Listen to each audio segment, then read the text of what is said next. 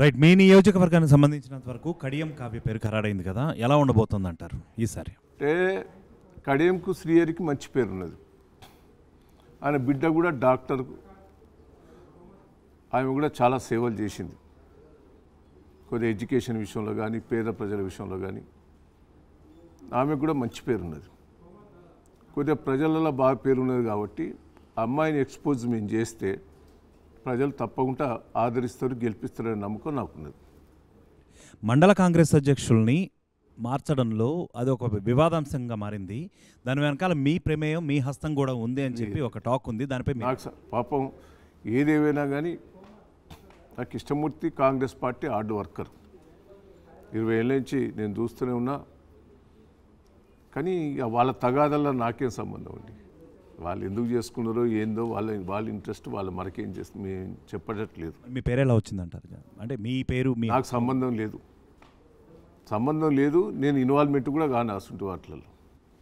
Sir, Errabelli Dayakar గారు కేవలం ఓటమి మాత్రమే చెందారు, కానీ ఇప్పటికీ కూడా అతని కనుసన్నల్లోనే నియోజకవర్గంలో పనులన్నీ జరుగుతాయి.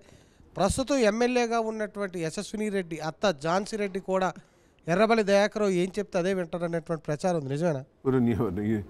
నేను చెప్తే ఇంటలేరు, నా మీద పోటీ చేస్తాను, నా మీదనే ఆరోపణలు చేస్తాను అనేది వస్తూనే ఉండే వాయిస్. నేను వాళ్ళు చెప్తే ఎందుకు ఇంటారండి? వినరు. వాళ్ళ ధోరణి వేరు, నా ధోరణి వేరు. ఝాన్సీ రెడ్డి ఎర్రబెల్లి దయాకర్ బినామీ అంట, నిజమేనా? తప్పండి. వాళ్ళ భర్త నాకు బాగానే పరిచయం.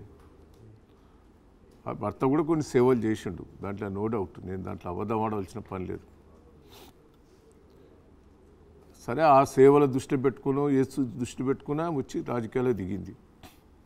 ఈ 5 ఏళ్ల పరిపాలన లోపల వాళ్ళ పరిపాలన ఎట్లుంటుందో దాన్ని బట్టి ప్రజలు మళ్ళీ రాబోయే రోజుల్లో నిర్ణయిస్తారు. కానీ ఎన్నికల ముందు వరకు మీ మధ్య మంచి సఖ్యతే ఉండేది, మంచి స్నేహపూర్వక వాతావరణమే ఉండేది.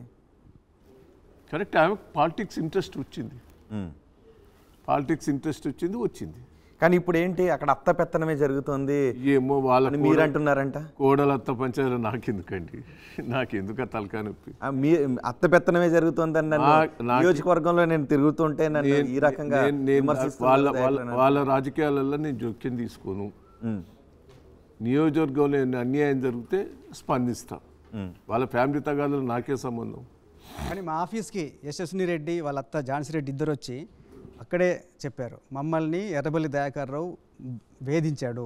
అంతకుముందు మా కుటుంబంతో బాగా ఉండేవాడు, మాకు ఎప్పుడైతే ఎలక్షన్లో పోటీ చేయాలని ఆలోచన అప్పటి నుంచి మమ్మల్ని వేధించాడని చాలా ఆరోపణలు. ఏది వేధించిందో చెప్పను. వాళ్ళ కార్యక్రమాలు జరగకుండా అధికారులు వాళ్ళ కార్యక్రమాలకు అడ్డుకున్నారని ఏది చెప్పండి. ఫలానాదని చెప్తే నేను అసలు ఆమె ఓటు హక్కు కూడా ఇక్కడ లేకుండా చేయాలని మీరు కుట్ర పన్నారు. ఆమె ఓటు హక్కే అప్లై చేసుకోలే కదా. అది క్యాన్సిల్ అయితే ఇక్కడ ఓటు హక్కు వస్తుంది. ఇక్కడ క్యాన్సిల్ చేసేది మనం కాదు కదా.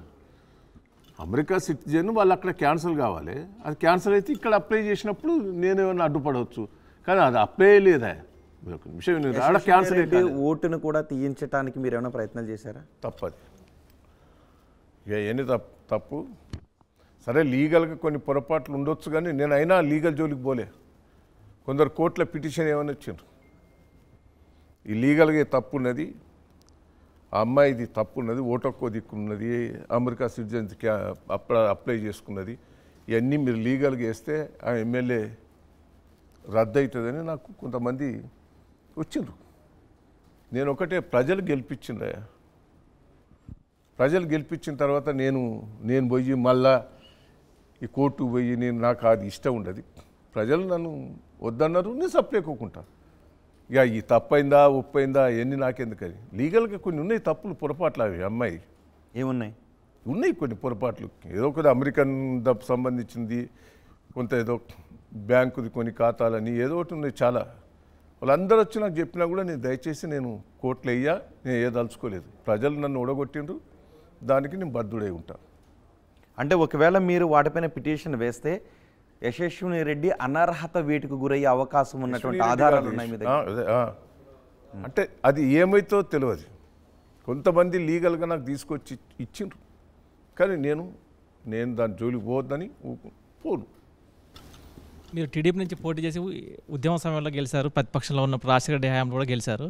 ఈసారి ఓడిపోయారు మంత్రిగా పనిచేసిన తర్వాత. మీ ఇమేజ్ తగ్గిందా? ప్రజలు కోరుకున్న అభివృద్ధి మీరు చేయలేదా? ప్రజలు ఎందుకో డెవలప్మెంట్ చేసినాం బాగా, కానీ ప్రజలకి అనిపించింది ఇన్నిసార్లు చేసినాం ఒకసారి మారుదాం కొత్త వాళ్ళు వస్తే ఏమైనా చేస్తారేమన్నా ఆశ పట్టిండ్రు.